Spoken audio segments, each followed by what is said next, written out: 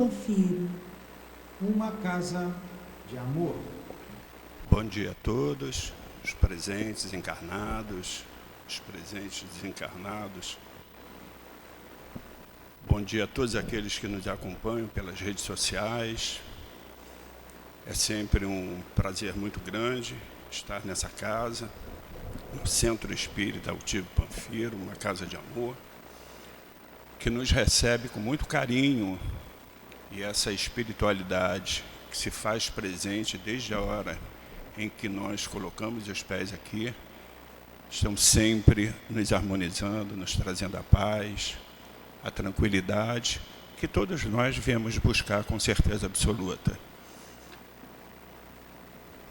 Hoje também é sempre um dia de muita alegria, porque juntamente à reunião pública de sábado, nós temos a realização da obra social de Antônio de Aquino, onde recebemos centenas de famílias, suas mães, os filhos, que neste exato momento as crianças por faixa etária estão nas salas de aula, fazendo a sua evangelização.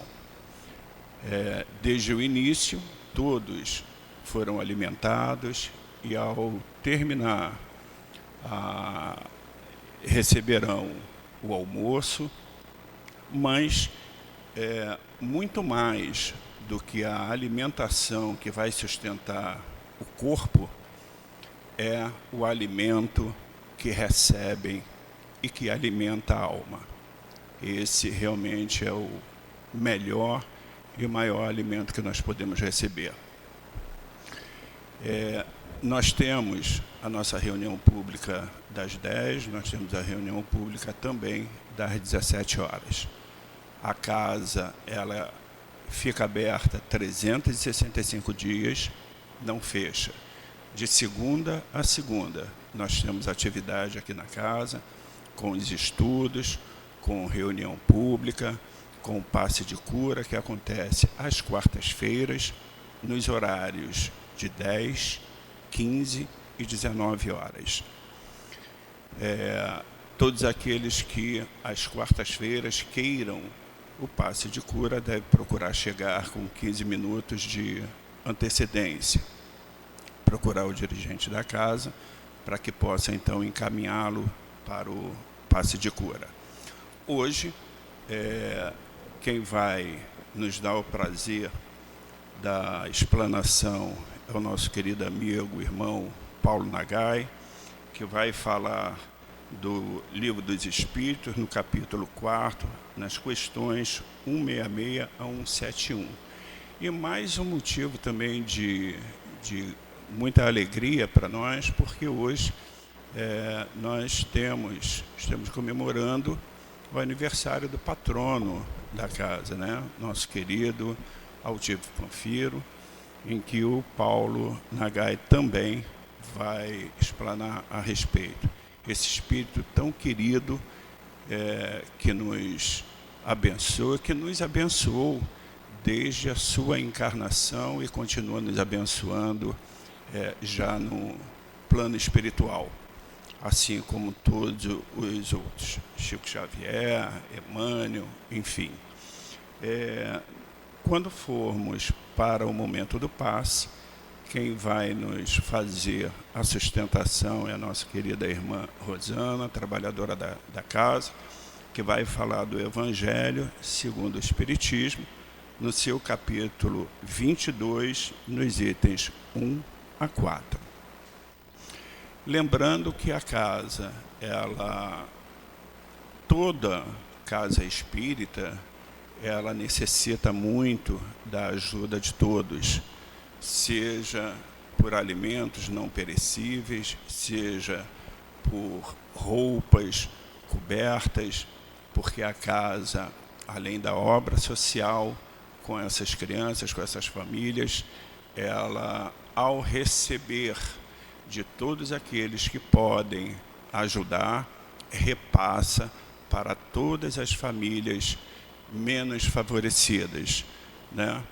Nós que temos a possibilidade de ajudar a casa, trazendo alimento não perecível, trazendo até material de limpeza, porque estar nessa casa é sempre muito prazeroso, porque geralmente as pessoas pensam, poxa, eu vou sair da minha casa, mas eu vou para um lugar. Você pode ter certeza que aqui não deixa absolutamente nada em termos de conforto, em termos de limpeza, em termos de beleza, a desejar dos nossos lares. Aqui se recebe com muito carinho, todos, por maior calor que possa estar lá fora, aqui dentro está sempre bem fresquinho, refrigerado. Se porventura estiver chovendo, graças a Deus, aqui dentro não chove, porque a casa foi construída com muito carinho. E convido a todos aqueles que ainda não conhecem, que venham conhecer, né? Que venham estudar na casa. Ser espírita não basta vir às reuniões para passe. Ser espírita significa estudar os ensinamentos de Jesus, né? Então, nós temos aqui várias obras, né? De Allan Kardec, de Emmanuel, Dona Ivone, André Luiz. Então, de segunda a segunda, exceto as sextas-feiras, que é reservado para o trabalho interno da desobsessão, todos os dias tem trabalho, e aqueles que, porventura, queiram ajudar a casa, trabalhar na casa, pode vir. Procura o dirigente, o Newton José, que com certeza absoluta vai ter o lugar para poder estar desenvolvendo, né, essa caridade. Porque a caridade, como Jesus disse, sem a caridade não há salvação. É necessário que qualquer gesto que nós façamos em prol do outrem será sempre uma caridade. Se porventura não conseguir fazê-lo fisicamente, a caridade também ela é feita através do pensamento, através da oração, através da prece. Aqueles que porventura tenham conhecimentos de amigos, de pessoas que estejam internados, esses moradores que lamentavelmente perderam suas casas, estão morando na rua, orar em favor deles também é uma caridade. Bem, nós vamos fazer a leitura do Evangelho segundo o Espiritismo, como disse lá no seu capítulo 22, no item 1, que nos diz, no capítulo 22, não separeis o que Deus juntou, indissolubilidade do casamento. Item 1. Alguns fariseus também vieram para junto de Jesus para o tentar. E lhe disseram, é lícito a um homem repudiar sua mulher por qualquer motivo? E ele lhes respondeu, não lestes que aquele que criou o homem, desde o início, os fez macho e fêmea? E que lhes disse, por esta razão, o homem deixará seu pai e sua mãe, e se ligará à sua mulher, e serão os dois uma só carne. Assim, eles não serão mais dois, mas uma só carne. Que o homem, portanto, não separe o que Deus juntou. Por que então, replicaram os fariseus, Moisés ordenou que o homem desse à sua mulher uma carta de separação e a repudiasse? E Jesus respondeu, foi por causa da dureza do vosso coração que Moisés vos permitiu repudiar vossas mulheres, mas isso não foi assim desde o princípio. Também eu vos declaro que todo aquele que repudiar sua mulher e que não seja em caso de adultério e se casar com uma outra, comete um adultério. E todo aquele que casar com uma outra mulher que tenha sido repudiada também comete adultério. Está em Mateus, capítulo 19, 3 a 9.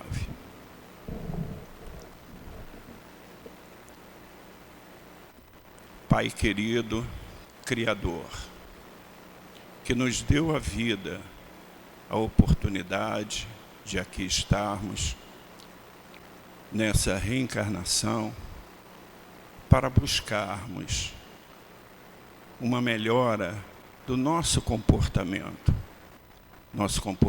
moral. Buscamos esta melhora, Pai, por intermédio do nosso Mestre Jesus, vosso Filho, que veio e está nos ensinando.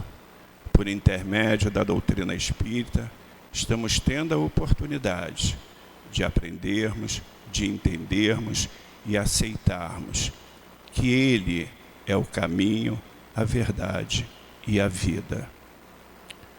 Que possa a espiritualidade amorosa, que sustenta o pilar e amor desta casa, que possam estar neste momento trazendo as energias e os fluidos a todos que aqui se encontram, aos evangelizadores, às mães, os filhos, aos trabalhadores, aos médios, ao nosso palestrante, a todos nós que aqui estamos e que viemos buscar essa energia e esses fluidos. Nos permita, Mestre Jesus, a dar por iniciado o estudo da manhã de hoje. Graças a Deus.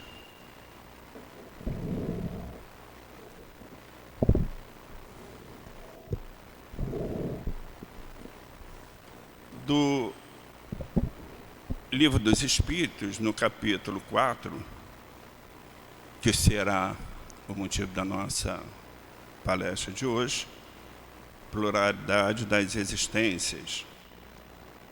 E o item 166, que fala sobre a reencarnação, nos diz: como a alma que não atingiu a perfeição durante a vida corporal pode terminar de depurar-se? Resposta: experimentando a prova de uma nova existência. Letra A.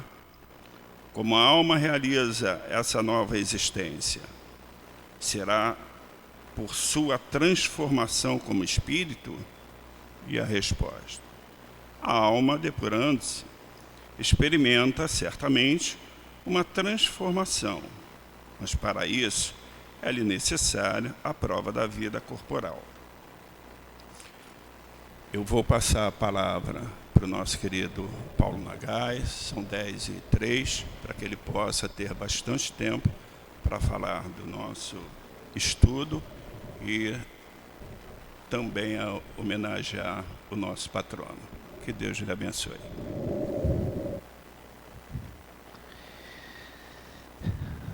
Bom dia a todos. Que Jesus possa nos abençoar essa manhã de estudos.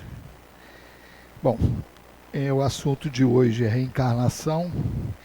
Nós estamos no capítulo 4 do Livro dos Espíritos, da pluralidade das existências, e hoje nos cabe estudar 2 itens, a reencarnação e justiça da reencarnação. E também nós vamos reservar um tempinho para falar sobre o nosso querido altivo. Primeiramente, nós vamos começar aqui do final para o início.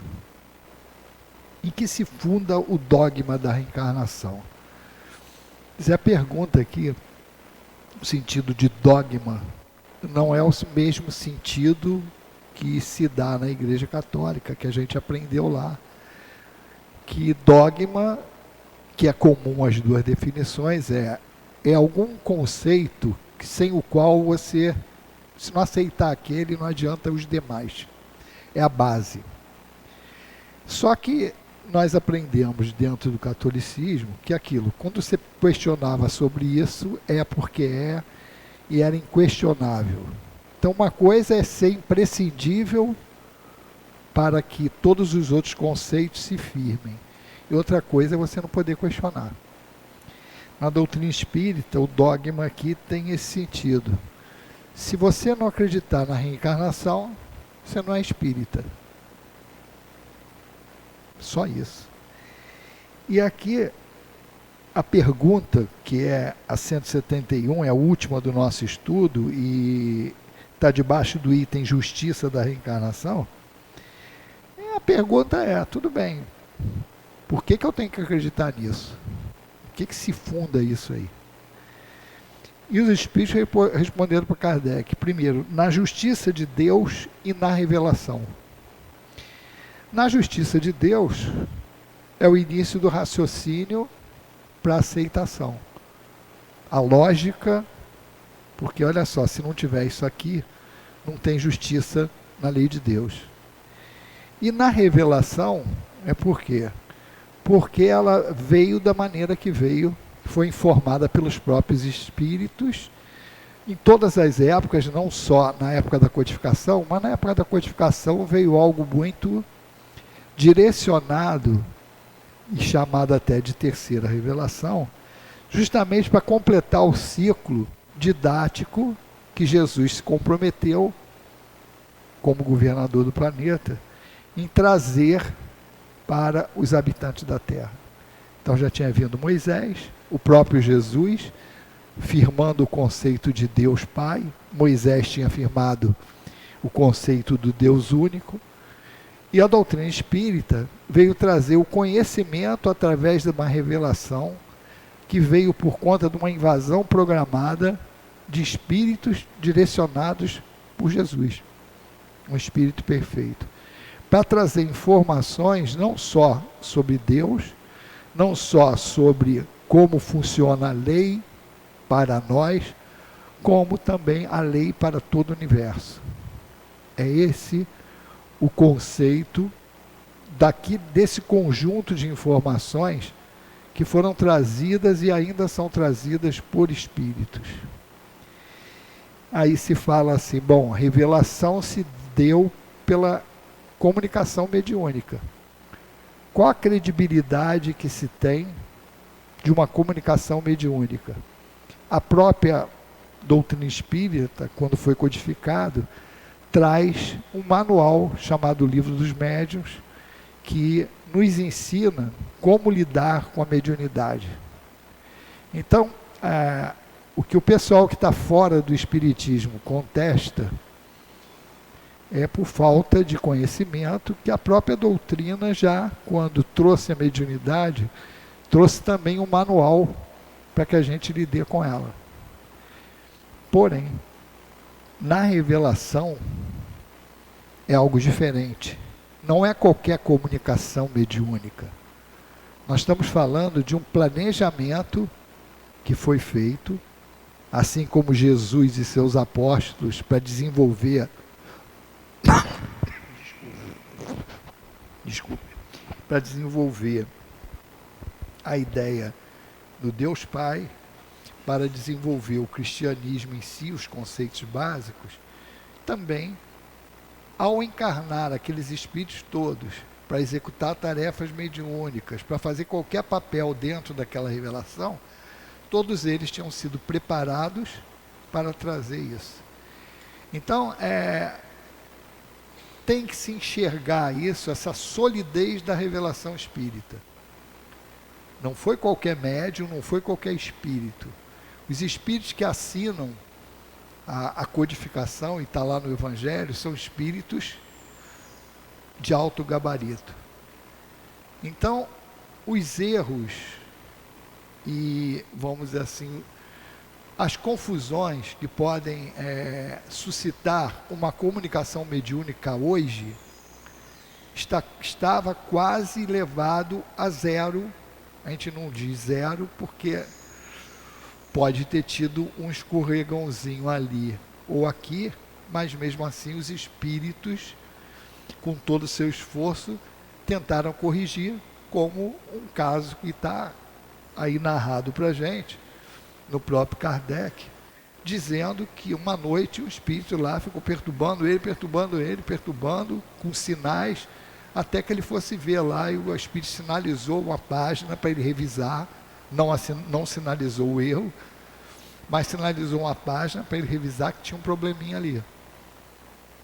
Ou seja, isso foi um cuidado específico naquela situação.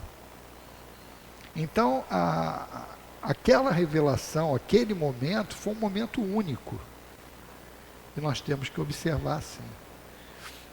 Não vamos dizer que seja uma obra perfeita, porque ela é dinâmica.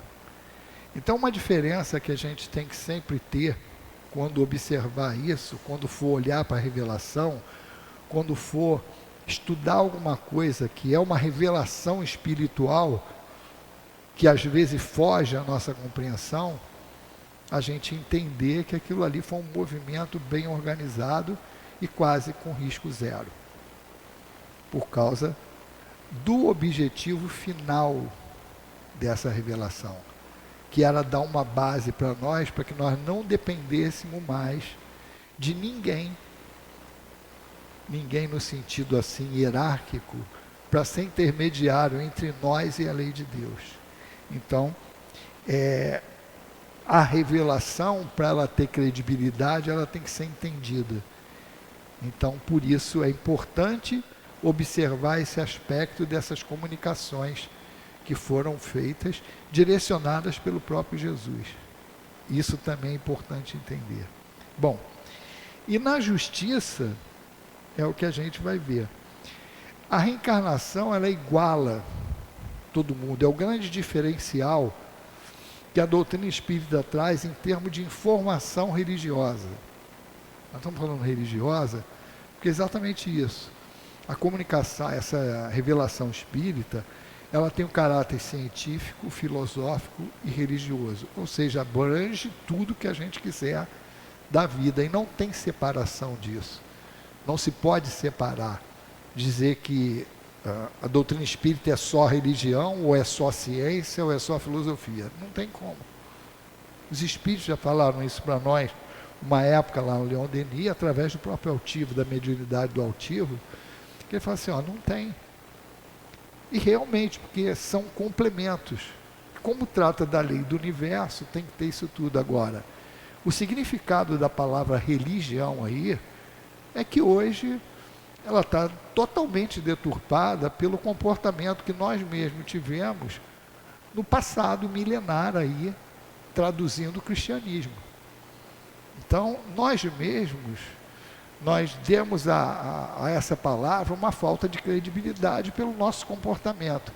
Então, uma coisa é o cristianismo, outra coisa é aquilo que nós fizemos dele através das religiões. Mas como a palavra religião significa religar, nos ligar a Deus, ela é válida. Então hoje nós temos mais consciência da nossa ligação com Deus. E isso é o princípio de tudo, a crença em Deus e que somos criaturas de Deus. E estamos debaixo dessa lei. Uma outra questão importante aqui, para a gente ver, é a primeira pergunta desse item, da 166. Como pode a alma que não alcançou a perfeição durante a vida corpórea acabar de depurar-se? A resposta: sofrendo a prova de uma nova existência. Essa informação é revelação. É o que está lá, na justiça da lei e na revelação dos espíritos.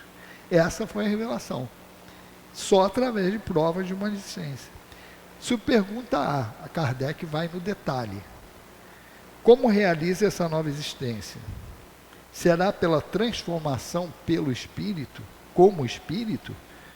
Resposta: depurando-se, a alma indubitavelmente experimenta uma transformação. Quer dizer, pode até se depurar como espírito.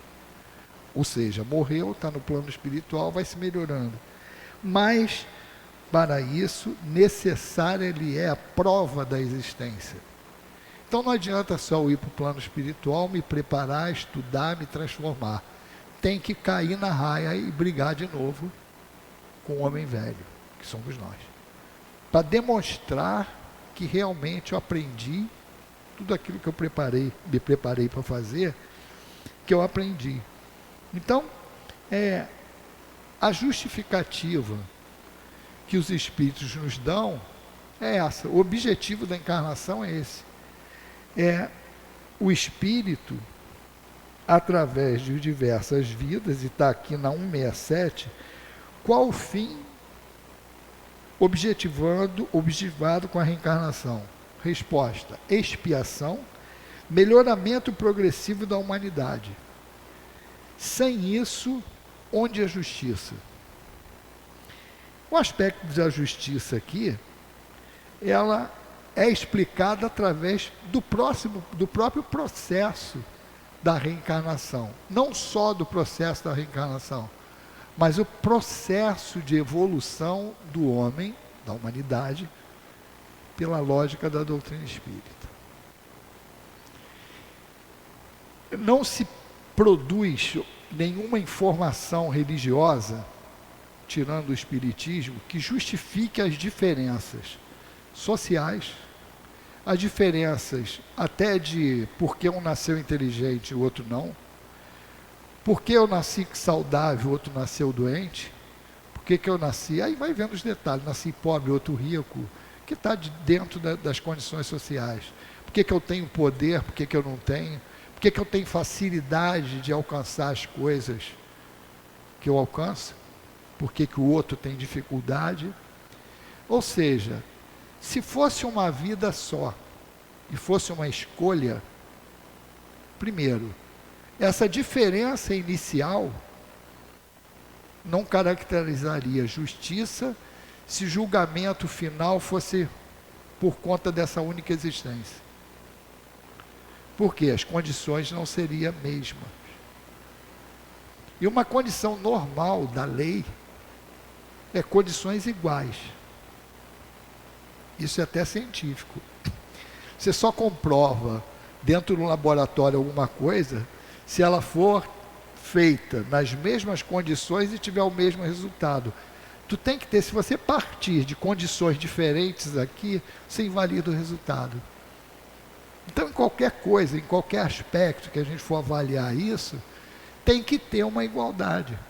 Senão, a decisão é subjetiva. Será que a gente escolhe a vida num sorteio? Quem cair para o lado de cá vai ter uma vida boa, quem cair para o lado de cá vai ter uma vida difícil, quem cair por aqui vai ser mais ou menos. Não tem justificativa a isso. Não pode ser assim. A lógica nos diz que não pode ser assim. Então, como a doutrina espírita justifica todas essas diferenças? Pela reencarnação. E não só pela reencarnação, como nós dissemos antes, pelo próprio entendimento do processo de evolução da alma. Então a doutrina espírita traz uma informação para a gente assim: olha, existe Deus, o Criador. Existem duas matérias-primas que ele usou para criar o universo todo: princípio material e princípio espiritual. O princípio material é a origem de toda a matéria que existe no universo, fluido cósmico universal.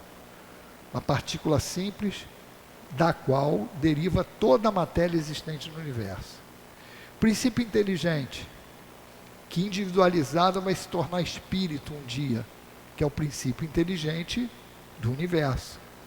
Com essas duas coisas, Deus, o Criador, criou tudo que existe. Para não ter dúvida. Se perguntar qualquer coisa para a gente, se não for Deus e não for espírito, é matéria. Porque só existem essas três coisas como base do universo. Perispírito, é Deus? Não. É espírito? Não. Então é matéria. Corpo mental, a parte sutil, fluido espiritual, qualquer coisa que se perguntar, não é Deus, não é espírito, é matéria. Não complica. Só entender isso. Bom, partindo desse princípio, como é que Deus fez para criar isso tudo? Movimentação fluídica no laboratório divino, ele vai lá e vai montando os planetas.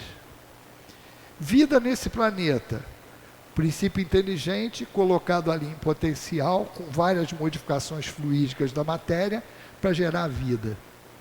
Está ali gerado seres orgânicos e seres inorgânicos, partindo da mesma matéria fundamental que é fluido cósmico universal puro. Como se fosse pecinhas de Lego que a gente fosse juntando e montando as estruturas. Daí a diversidade da matéria que forma o universo. E o espírito, o princípio inteligente, ele se une à matéria nos reinos que existem. Reino mineral, vegetal e animal. Percorrendo esse caminho, no mineral e no vegetal, ainda como alma coletiva, um princípio inteligente misturado ali como se fosse uma massa de pão, e que eu individualizo só quando eu tiro o pão, que é um momento em que o princípio inteligente vira espírito e começa a ter as primeiras encarnações como humano. Por isso que a doutrina espírita fala assim: todos nós somos filhos de Deus e fomos criados simples e ignorantes, ou seja, todos partimos do zero. E vamos chegar aonde? À perfeição. Todos, sem exceção. O que é que vai variar nesse caminho? O tempo. Por quê? Porque como a lei é justa, não tem carteirada, não tem beneficiamento, é cada um por seu esforço. Então, se todo mundo partiu do zero, e o objetivo é chegar aqui, todos vão chegar, a variação vai depender da vontade de cada um. Se todos tivessem a mesma vontade, o mesmo empenho, chegariam todos juntos. Mas como cada indivíduo é um ser diferente, pela própria característica, tem todas as condições próprias, desenvolvidas por si mesmo, não é dado por ninguém. Cada um vai alcançar os degraus até chegar aqui com a sua velocidade própria. Por isso as diferenças. E o que vai acontecendo quando eu vou subindo esses degraus? Primeiro vamos esquecer, vamos partir de um princípio aqui, ó, ponto zero aqui começa a vida do espírito. Bilhões de anos para que o princípio inteligente, saído dos reinos inferiores, chegue no reino animal com capacidade de começar uma vida humana. Até esse ponto aqui, isso ocorre em todos os planetas do universo, o princípio inteligente foi caminhando, habitando corpos menos complexos.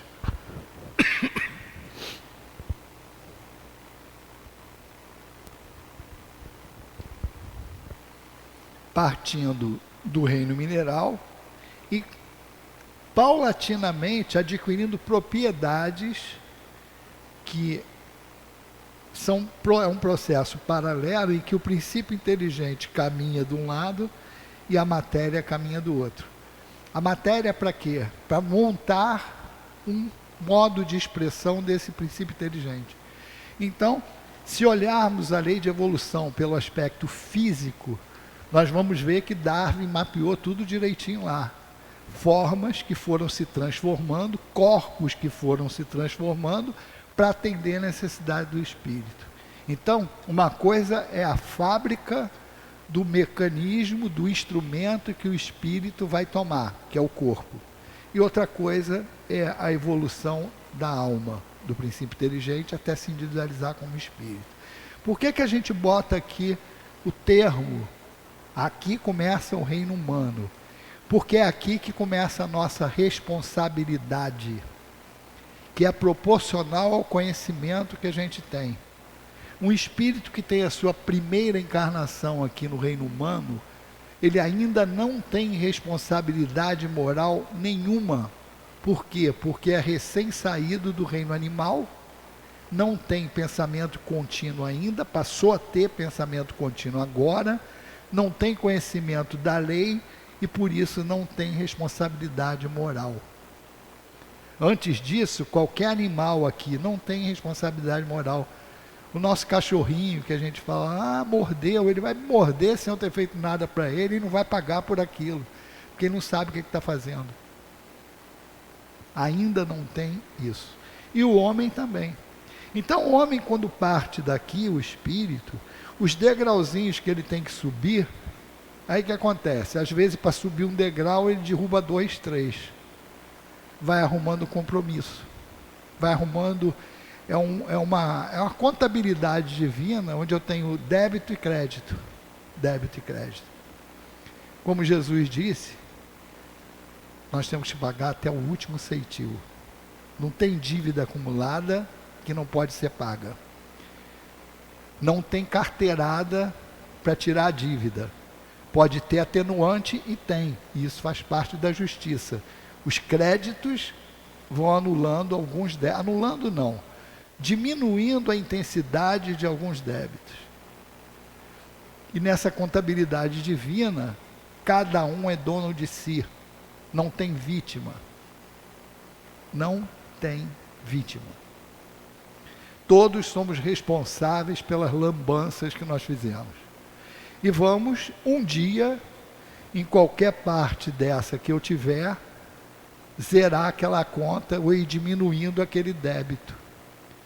Isso justifica, olha só, quando ele diz aqui que o objetivo é expiação e melhoramento progressivo, o melhoramento progressivo é através das experiências contínuas e repetidas, onde eu vou ter a oportunidade de passar pelo mesmo ponto que eu errei, mas com conhecimento maior.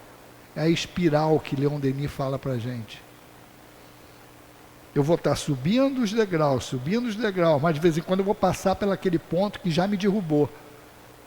Mas eu estou no estágio mais alto. O ponto é o mesmo, mas eu estou no estágio mais alto e eu vou um dia ultrapassá-lo sem errar. Agora, toda vez que eu passo por aqui e erro, eu crio um ponto de desequilíbrio na minha estrutura perispiritual.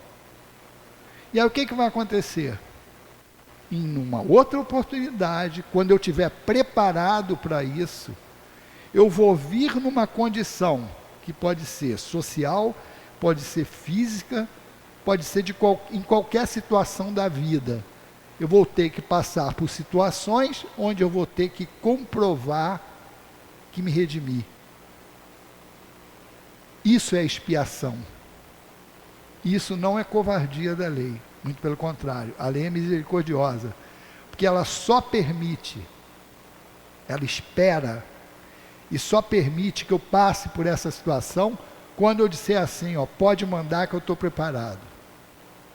Mas eu não passo por isso, porque eu passo por situações ruins, e não tenho a consciência que estou preparado, mas passe a ter. A ninguém é dado um fardo mais pesado do que se pode carregar. Se nós estamos passando por qualquer situação, é porque a gente pode. Claro que não é sozinho. A gente tem que pedir ajuda. E nós temos essa ajuda. Se não fosse assim, a lei seria injusta. Da mesma maneira que se a gente pegar um saco de cimento de 20 quilos e jogar na costa de uma criança de 11 anos, covardia. Se bem que hoje tem criança de 11 anos que está mais forte que a gente. Mas serve a figura. Quer dizer, Deus coloca isso na lei. Eu tenho que estar preparado, porque senão não há aprendizado. O objetivo da lei não é punir. O objetivo da lei é que a gente aprenda, educar. E não tem outro nome, é punição. O nome. A única diferença é a interpretação. Punir, como a gente entendia antigamente, era castigar. A punição, pela visão espírita, é funcionamento da lei de ação e reação. Resposta da lei a um movimento em falso que eu fiz. Porém, eu vou ter N oportunidades para reajustar isso. Se eu não conseguir reajustar agora, eu vou reajustar depois. Então, isso é a importância que o conceito de reencarnação dá. Por isso, ela é a base, é o dogma, é tratado como dogma, porque sem ela a doutrina espírita não existe. Porque isso é que vai, e quando você fala assim, ó, justifica a lei, a justiça divina. Por quê? Porque a gente, olhando para dentro da nossa vida, e cada um tem o seu problema, independente do aspecto exterior que a vida do indivíduo pode mostrar para o outro, a vida interior, a vida de cada um, tem o seu drama particular, tem a sua situação particular, característica de um planeta de provas e expiações. Então, o Espiritismo surge para quê? Para, através desse esclarecimento, proporcionar uma facilidade maior de cada indivíduo lidar com seus problemas, porque primeiro vai entender que o culpado por eles não é ninguém senão eu mesmo. E isso tem que fazer o quê? Tem que ter o papel de nos dar forças para resolver a situação. Porque isso é tipo, a notícia ruim é a notícia boa. A notícia ruim é porque eu sou responsável pelo problema. Mas aí também tem a notícia boa, que é, se eu sou responsável pelo problema, eu também sou responsável pela solução. E isso vai depender do meu comportamento diante das situações que se apresentem para nós. Então, esse é o papel da fé. E por isso se fala de uma maneira assim mais drástica, que é a fé raciocinada. Mais ou menos, porque os outros também têm fé raciocinada, só que baseada num raciocínio diferente. Porque se perguntar a qualquer religioso praticante, ele vai te explicar por que ele tem aquela fé. Então é a lógica dele. Mas a gente entende, quando se fala nessa lógica, é a lógica baseada na lei do universo, de como funciona, e sempre em mente que a lei é justa. Então, se partimos desse princípio, que eu entendi a comunicação que os espíritos passaram para nós, as informações, que eu já parto do princípio que a lei é justa, meio caminho já está andado. Primeiro, vai evitar que eu me revolte. Segundo, vai me dar forças para brigar pelo que é meu. Porque se o problema é eu que crio, provavelmente eu vou poder resolver. Porque se eu criei, eu posso resolver. Então isso vai dar uma sustentação para todos aqueles que sofrem. Por isso, ó, o Consolador prometido. Quando entra por aquela porta ali, não é sinal que todos os problemas acabaram. Isso só se fosse naquele centro espírita Tabajara, né? Seus problemas acabaram. Não é. O que facilita ali, os problemas não vão mudar. Mas a minha maneira de olhar para aquele problema é diferente. Eu vou saber que não vai acontecer milagre, mas eu também vou saber que todo momento eu estou sustentado pela espiritualidade. Todos, independente de quem seja, tem um anjo de guarda que está ali do nosso lado. Nós temos espíritos amigos que fazem parte da parentela espiritual, que estão ali para nos sustentar. E a partir do momento que eu me agrego a uma casa espírita, que tem estudo sério, que tenha um objetivo de educar as almas, eu vou estar sustentado por essa casa também. Então o que eu vou receber é toda a ajuda necessária para que eu possa cumprir as minhas expiações, apagando os erros do passado e aprendendo, pelo entendimento da lei de Deus, a ter um comportamento que vai facilitar o meu futuro, meu presente e meu futuro. Então vamos ver na prática o que isso significa.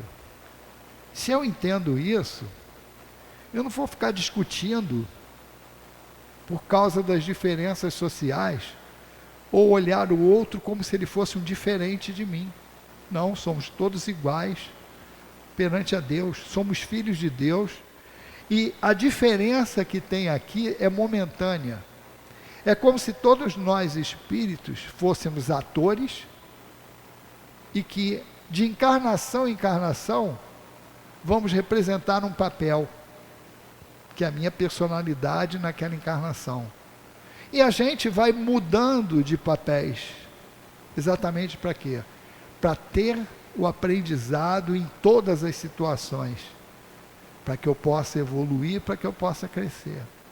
Então, se eu hoje, eu estou numa condição de poder, de condição social amanhã, podemos afirmar, ou já tivemos numa situação inferior, ou vamos estar. Porque isso não diferencia o espírito um do outro.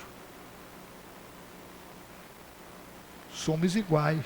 Esse entendimento já acabaria com todo o preconceito que se tem de cor, de raça, de religião. Por quê? Estamos representando papéis diferentes. Mas todos vamos passar pela mesma situação. Ou já passamos. E o objetivo disso é exatamente ver como é que a gente se comporta estando naquela situação. Isso bate com a instrução de Jesus. A empatia que Jesus passa. Qual a melhor maneira da gente progredir? Qual a melhor maneira da gente entender as coisas? Como eu resumiria a lei? Amar a Deus sobre todas as coisas, que é o simbolismo de cumprir a lei, e amar o próximo como a si mesmo. E esse amar o próximo como a si mesmo, ele dá uma dica, ó, é fazer ao outro tudo aquilo que eu queira que o outro faça comigo. Isso é a empatia, é eu me colocar no lugar do outro. Se você fosse o outro, tu gostaria que a ação fosse essa?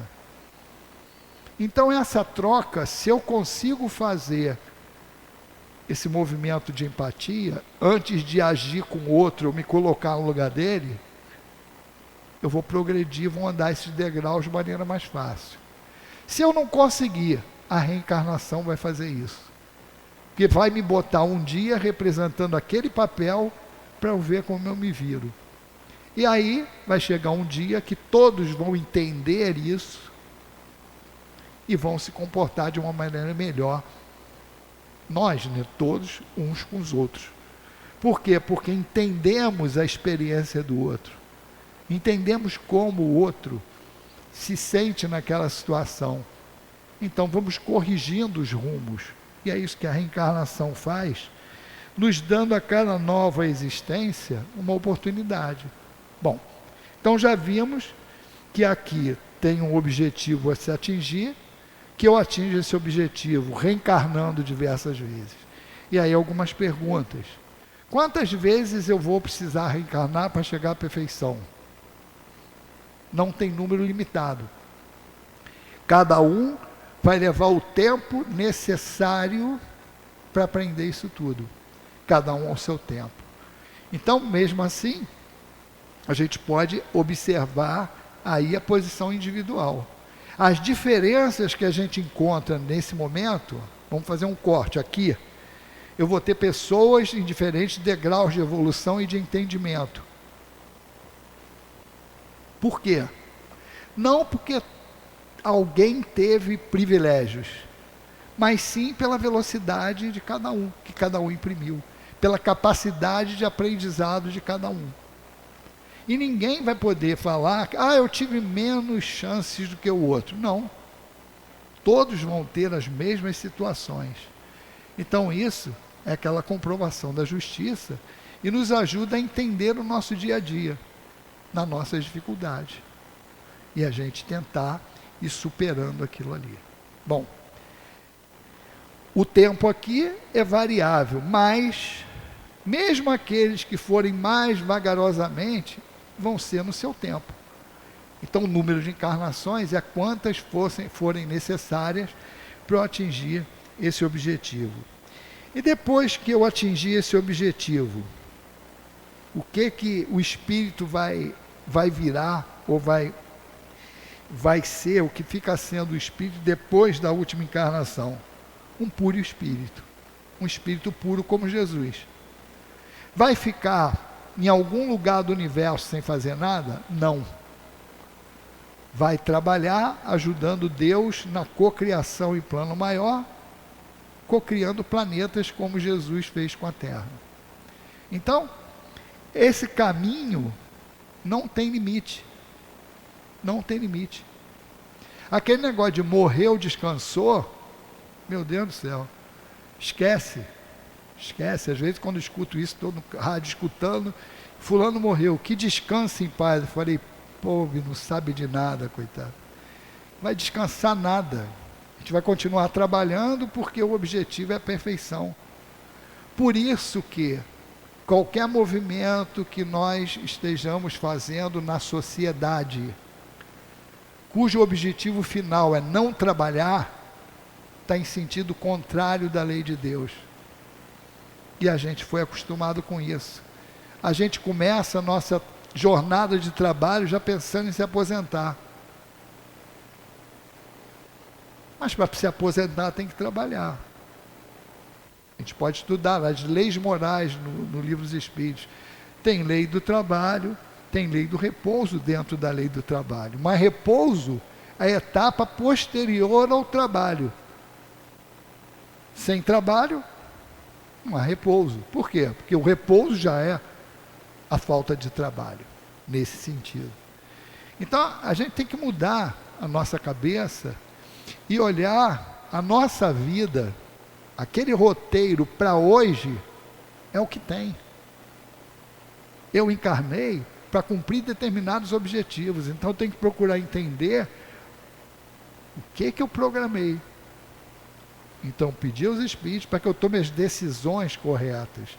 E aquelas situações que se apresentam para mim, são aquelas que eu necessito para progredir, para melhorar meus pontos fracos, para reforçar o que eu já tenho de ponto forte. Então, essa é a visão. Entendendo esse objetivo da encarnação, eu vou querer sempre estar em atividade, eu vou querer sempre estar fazendo alguma coisa útil. Porque quando a gente fala trabalho, a gente tem que pensar o seguinte: trabalho para a doutrina espírita é toda ocupação útil. Então, se eu estiver fazendo alguma coisa útil, seja remunerado ou não, eu estou dentro da lei do trabalho. Bom, então aí um apanhado geral desses dois itens aí, e a gente vai usar aqui, que hora que acaba, hein? 10, né? Então, esses minutinhos finais aqui, para nós falarmos do nosso querido altivo. Eu estava escutando hoje de manhã um estudo que eu recebi do altivo. Botaram lá num grupo, lá o Leon Denis. Ele fez uma palestra. Foi uma palestra de aniversário, se eu não me engano, do Centro Espírita Consolador. Era um aniversário de 7 anos do Consolador.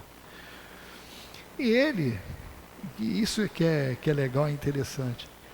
Ele estava falando na palestra de aniversário do centro exatamente o que a gente sempre admirou no altivo. Aí você vê a coerência do espírito, né? Na convivência com o altivo, aí cada um tem uma convivência, cada um tem um ângulo de observação. Eu sempre admirei muito no altivo, desde que eu cheguei no Leon Denis. Primeiro, algo que você observa e é nítido nele, a humildade, no sentido de postura. Não é? Por conta de quê? Por conta da mediunidade que ele tinha, e a gente vê muito médium que não tem esse tipo de mediunidade que ele tinha, e aumentar o ângulo de inclinação nasal, né? Ficar achando que é o rei da cocada preta. Então, primeira coisa, era isso que a gente observava. Uma pessoa muito simples, que tomava todos os cuidados que a gente pudesse imaginar, para não se deixar endeusar. Mas mesmo assim, isso foge do posicionamento dele. Mas ele nunca vi ele com uma postura que permitisse isso. O que não impede que as pessoas tenham essa visão sobre ele de endeusar e de ficar naquela dependência. Uma outra coisa muito importante que eu notava era a ligação constante com o plano espiritual. Impressionante. Eu até brincava, falava assim, eles falaram. que às vezes que eu começava com o altivo, eu nunca sabia, assim, é ele ou são os espíritos. Dado a coerência do pensamento. E depois conhecendo ele assim mais intimamente, no sentido do administrador do centro, a gente via a constante ligação dele no sentido de coesão, de coerência com o pensamento do plano espiritual. Em várias situações, ele segue o plano espiritual, vai ali.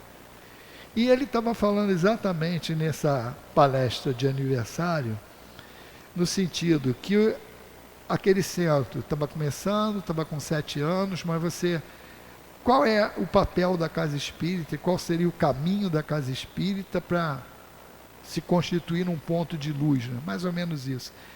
E era, primeiro, essa ligação com o plano espiritual, de ser uma casa de divulgação doutrinária, de estudo. Ele colocou isso no sangue, e quem entendeu isso com ele não esquece mais, porque a doutrina espírita, a divulgação doutrinária, a casa de Leon Denis surgiu com esse objetivo e continua até hoje, e espalhando isso para outras instituições como essa, que foi baseada nesses ensinamentos também de Altivo.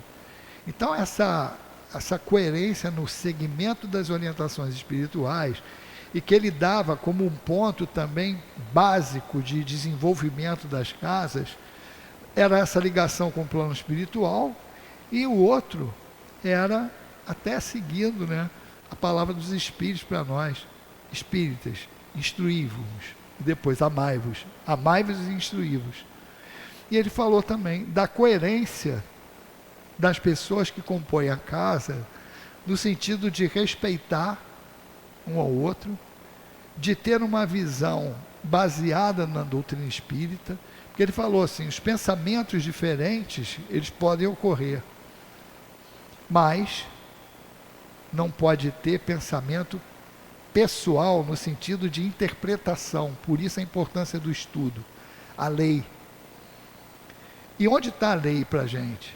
Nessa revelação espírita. Então ele cita um caso importante, que ele fala desse respeito, um caso que aconteceu na época de Kardec, porque ele fala assim, olha, Kardec passou por isso, foi muito combatido, e às vezes a gente tem que remar contra a maré. Então o que ele quer dizer com isso? Toda casa tem uma estrutura, tem uma orientação, mas será que toda orientação é correta? Então, assim, bom, são corretas se tiverem alinhamento com a direção espiritual da casa, mas antes da direção espiritual da casa, com a doutrina espírita, com a base doutrinária. Mas a base doutrinária, a interpretação está certa ou não está certa? Então ele falou que teve uma época em que o próprio Leon Denis teve um arranca-rabo lá com nada mais, nada menos que Gabriel Delany. Porque numa determinada hora, Gabriel Delany tinha um pensamento e Leon Denis combateu esse pensamento, porque Gabriel Delany queria que o pensamento científico se sobrepusesse ao pensamento doutrinário. E Leon Denis bateu firme ali, não. É aqui. E Leon Denis seguia Kardec. Ali. Então, nesse momento, ele fala, nesse momento, Leon Denis estava ali remando contra a maré, porque muita gente queria esse aspecto. Aqui no Brasil também teve esse movimento. Mas o que sustentou ele? Ele estava remando contra a maré, alicerçado em quê? No conhecimento doutrinário, na palavra dos espíritos, na palavra de Kardec. Então, às vezes, a gente vai ter que remar contra a maré, porque nem sempre o pensamento da maioria é o correto. Nossa sociedade está vivendo isso agora. Um monte de gente querendo ir para um lado, mas a gente sabe que o lado correto não é aquele. O que desempata? Você está baseado em quê para defender teu ponto de vista? É isso aqui. Então tem que ver o que está por trás desse pensamento no sentido de base. Foi o que Leon Denis fez. Ó, tá aqui, ó. Jesus, Kardec. E Gabriel Delano tinha um pensamento científico. Mas o que é o pensamento científico? É o pensamento de homens estudando a lei material e dando suas opiniões. E o que a gente vê é que o pensamento de hoje que um cientista coloca, ele vai ser sobreposto por de um outro cientista amanhã com uma explicação melhor. É normal isso? É. Porque os equipamentos vão evoluindo e sobre aquele mesmo fato eu vou apresentando justificativas melhores do que aquela. Porque às vezes o cara parte de uma teoria que ele montou para justificar um fato. A doutrina espírita tem um corpo doutrinário, um corpo de pensamentos que representam a lei de Deus, não só para a Terra, mas para todo o universo. Então, qualquer dúvida que eu tiver, eu tenho que olhar aqui. O que a doutrina espírita diz sobre isso? É isso aqui. Então, está contrário a isso aqui? Tá. Então é aqui que eu vou ficar. Mesmo que eu estiver remando contra a maré. Então, essa sempre foi a característica que o Altivo passou para a gente. Kardec. Jesus e Kardec. E se formos olhar isso, os grandes médiuns brasileiros passaram pela mesma coisa. Chico com Emmanuel. Emmanuel vira para Chico e falou assim, olha, eu vou trabalhar contigo. Mas, se o que eu mandar você fazer, se o que eu falar para você não tiver de acordo com Jesus e com Kardec, fica com eles. Isso é a consciência do espírito, ó. Que se garante em falar isso. Porque ele nunca vai falar nada que não esteja em Jesus e em Kardec. Então, para ter essa firmeza, vamos voltar ao assunto que nós começamos do assunto de hoje. É necessário ter confiança na revelação espírita. É necessário entender o caráter da revelação. Para quê? Para entender que esse é o fio condutor desses pensamentos que vão nos dar a visão clara da lei de Deus. Sabemos tudo da lei de Deus? Não, porque esse conhecimento é proporcional. Porque vai ter que andar com a asa da inteligência e com a asa da moralidade. Da moralidade também? Não é só da inteligência? Porque não adianta eu ter muita inteligência e não ter moralidade nenhuma, porque eu vou aplicar aquele conhecimento que eu tenho de uma maneira errada. Então, tem que andar harmonizada isso. Mas como sempre, a inteligência é mais fácil de adquirir do que a moralidade, a gente tem que sempre tomar cuidado. Então, nem sempre o que o mais inteligente fala é o que eu tenho que seguir. Então, o cara bota lá o diploma na frente. Como é que a gente age com isso? Tudo bem, tu tem o diploma, eu tenho aqui a doutrina espírita. Isso aqui é revelação. No que diz respeito às coisas morais, está aqui. E muitas revelações materiais também estão aqui. É só a gente ver Gênesis, é só a gente ver o capítulo 14 de fluidos, é um exemplo disso. O conhecimento da matéria, que a ciência está adquirindo só agora e comprovando, a doutrina espírita traz por revelação. Mas para eu ter firmeza nisso, eu tenho que ter confiança na revelação. Então essa confiança na espiritualidade, o Altivo sempre passou para a gente. Confiança na espiritualidade, alinhamento com a direção espiritual da casa, entendimento de que nós somos instrumentos desses espíritos. Mas é claro, tu vai acreditar em qualquer espírito? Não. Mas por isso o estudo do Livro dos Médiuns. É um médium que sabia que espíritos estavam com ele. Então, se você sabe, tem confiança, vai seguir. Então, essa confiança ele sempre passou. E todas as casas que se basearam nas orientações de Altivo estão hoje em pé e cresceram muito. E são muitas. Mas por quê? Seguiram aquilo. Estudo e trabalho. E outra coisa que ele colocava, para a gente encerrar, não é só o estudo. Ele montava e indicava sempre o trabalho completo, barba, cabelo e bigode. Tem que ter o estudo, tem que ter o trabalho mediúnico e tem que ter o trabalho de assistência social. Por quê? Porque é o trabalho de assistência social que vai dar essa liga, no sentido da harmonia dos espíritos trabalhadores, do entendimento do que seja caridade, tanto material quanto moral, e vai proporcionar a formação de um ambiente coeso. Isso é que é importante e que ele dava muita importância, e que ele falou bem nessa palestra que eu estou falando de aniversário do Consolador, do 7º aniversário do Consolador, onde ele falava que era importante as pessoas terem esse respeito mútuo. Para quê? Nos momentos difíceis, nos ataques das trevas, nos momentos de divergência de pensamentos, as pessoas terem o respeito, pelo respeito de umas às outras, pegarem os argumentos suficientes para justificarem as suas opiniões de uma maneira imparcial.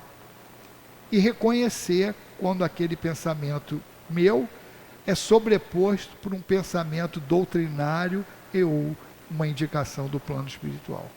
Então, esse é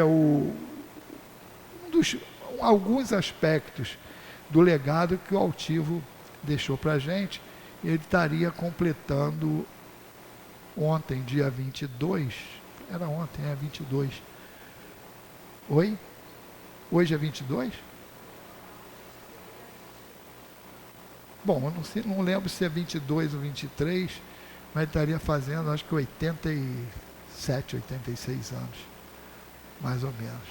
Mas está vivo, espírito não faz aniversário, ele provavelmente está bem em forma, porque o pessoal ainda vê ele ativo no trabalho. A gente sempre fala, viu o Altivo aqui no trabalho. O Altivo acompanhava um monte de casas, um monte de trabalho quando precisava de carona. Agora que ele vai só com pensamento, ele provavelmente ele aparece nesses trabalhos todos aí, que ele aceite o nosso pensamento de carinho e de amizade para ele, que ele continue nos inspirando aí com esses exemplos dele, para que nós façamos das casas em que estivermos trabalhando um ponto de luz que ele sempre quis que fosse, um ponto de conhecimento, de estudo e principalmente de demonstração de aprendizado. Que Jesus o abençoe e abençoe a todos nós também. Agradecemos ao nosso querido Paulo Nagai pelo estudo apresentado, que trouxe com muito carinho, e vamos passar para o segundo momento, que é o momento do passe. Pedimos a gentileza aos médios para se posicionarem.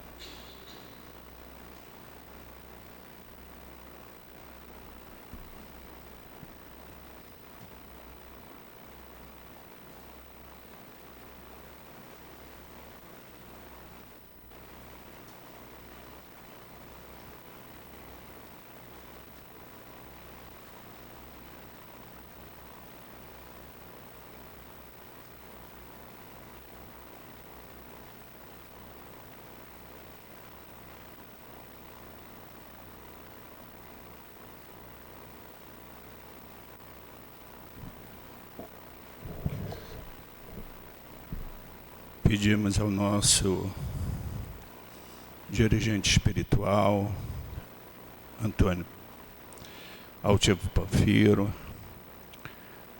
por essa data tão significante a todos nós, por esta casa ter o seu nome.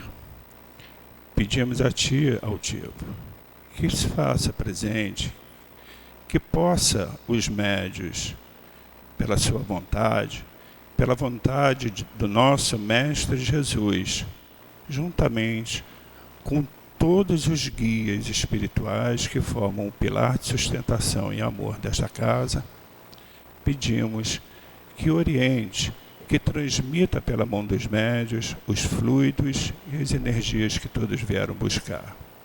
Assim, agradecidos que somos, pedimos a permissão para darmos por iniciado o momento do Pax. Graças a Deus. Que a doce e serena paz do nosso Mestre querido possa nos envolver nesse momento do passe, trazendo para nós os fluidos necessários para as nossas necessidades, para que saiamos daqui mais harmonizados do que chegamos. A reflexão do Evangelho de hoje, que os benfeitores possam nos inspirar. Estamos no capítulo do Evangelho que se intitula Não separeis o que Deus juntou. Indissolubilidade do casamento. E essa passagem do Evangelho se inicia com uma passagem de Jesus, aonde alguns fariseus, os fariseus sempre vinham questionar Jesus no sentido de tentá-lo, de tentar colocar Jesus numa situação difícil. E perguntaram a Jesus: Mestre, é lícito a um homem repudiar a sua mulher por qualquer motivo? Já nos chama a atenção a pergunta quando nos diz por qualquer motivo. E Jesus responde aos fariseus, que está na lei, na lei de Deus: o homem deixará seu pai e sua mãe e se ligará à sua mulher, e serão os dois uma só carne. Que o homem, portanto, não separe o que Deus juntou. E os fariseus continuam: então por que Moisés ordenou que o homem desse à sua mulher uma carta de separação e a repudiasse? E Jesus responde que foi por causa da dureza do vosso coração que Moisés vos permitiu repudiar vossas mulheres, mas isso não foi assim desde o princípio. Então, nessa passagem, Jesus vem trazer para nós a questão do casamento, na verdade, a união de dois seres, como uma lei divina. E diz que se Moisés precisou instituir uma lei civil onde poderia haver essa separação, foi por conta da dureza dos nossos corações. Então, como nós ouvimos aqui no estudo de hoje, o cristianismo, na sua essência, ele traz a verdade de Deus, traz a lei de Deus na sua pureza. Mas muitas vezes nós desviamos, distorcemos. E quando essa união entre dois seres, ela não está baseada num princípio divino, no princípio da lei de amor, aí sim há indissolubilidade, porque essa união, ela foi distorcida dentro desses princípios que a gente vai aprendendo aqui na mensagem de Jesus. E Kardec continua nos explicando que é divino. O que é divino na união de dois seres? Ele fala que há dois aspectos. Há o aspecto material, que é, a partir do momento que há a união de dois sexos, é possível a reprodução, da espécie. Isso está na lei da criação. As espécies se reproduzem e assim elas dão continuidade nesse caminho evolutivo. Então, duas pessoas que se unem propiciam a possibilidade do nascimento de um corpo para o reencarne de um espírito, que é o que a gente estudou hoje, a importância, a reencarnação como uma grande ferramenta para a nossa evolução espiritual. E a outra parte que também é divina, dentro dessa união de dois seres, é a parte moral, é a parte do sentimento. E se nós pararmos para prestar atenção, existe laboratório melhor para a gente exercitar e desenvolver o amor do que no seio da família? Então, a partir do momento que está na lei, nós vamos nos deslocando das nossas famílias de origem, nos unimos a um outro parceiro, a uma outra pessoa, e ali constituímos a família. É a oportunidade que nós temos de exercitar o amor. E aí a gente vai compreendendo cada vez mais a profundidade desse amor, longe daquela visão romanceada que nós vemos nos filmes, nos livros de romance, onde a gente compreende que amar é ir muito além do que simplesmente estarmos juntos no mesmo local. A convivência é a gente aprender muitas vezes a renunciar, não aquela renúncia doentia, no sentido de uma submissão, mas a renúncia no sentido da compreensão.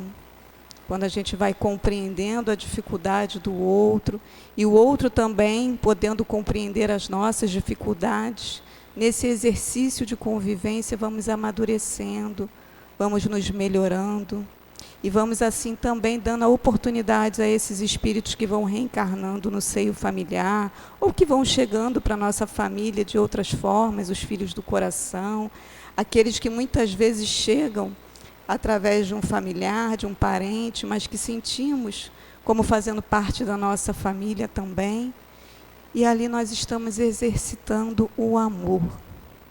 Então, se a gente puder olhar o casamento, a união de duas pessoas, sob esse ângulo, nós vamos compreender a grandeza de Deus, que nos oportuniza esse desenvolvimento desse sentimento através da convivência ali do nosso dia a dia.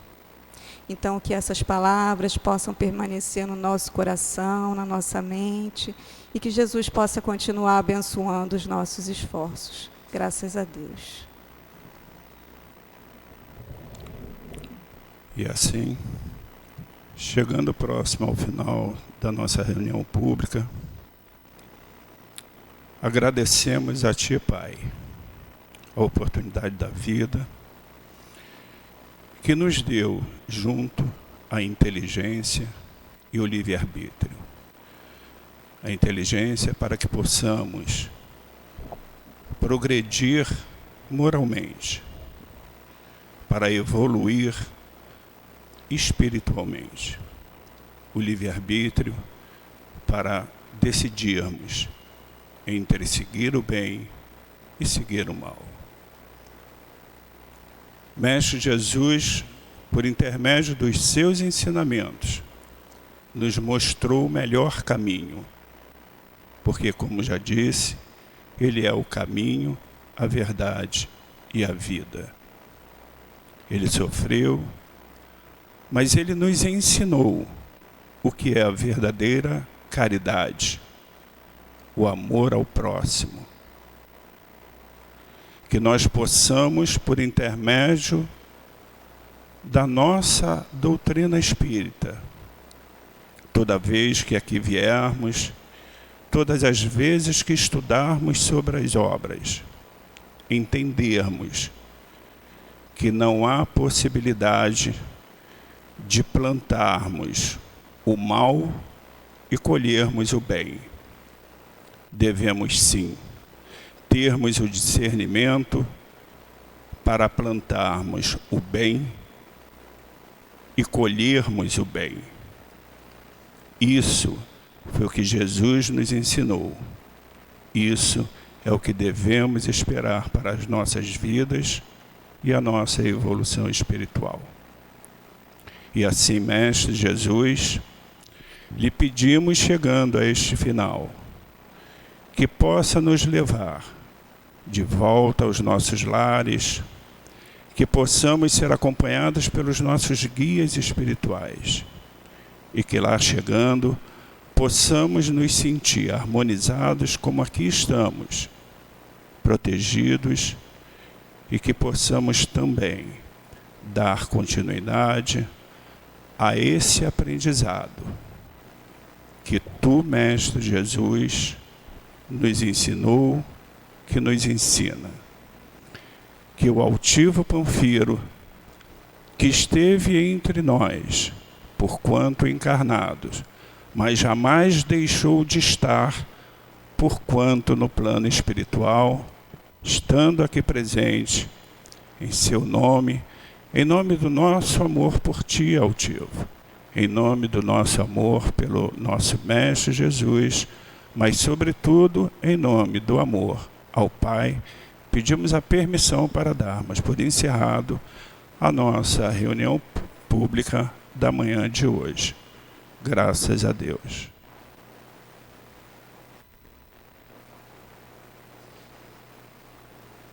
CEAP, Centro Espírita Altivo Panfiro.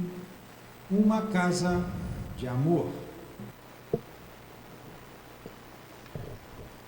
Agradecemos mais uma vez a presença de todos, a todos aqueles que nos acompanharam pelas redes sociais E aquele que porventura sentir necessidade do atendimento fraterno, pode permanecer sentado, que o médium irá atendê-lo. Tenham todos um ótimo final de semana.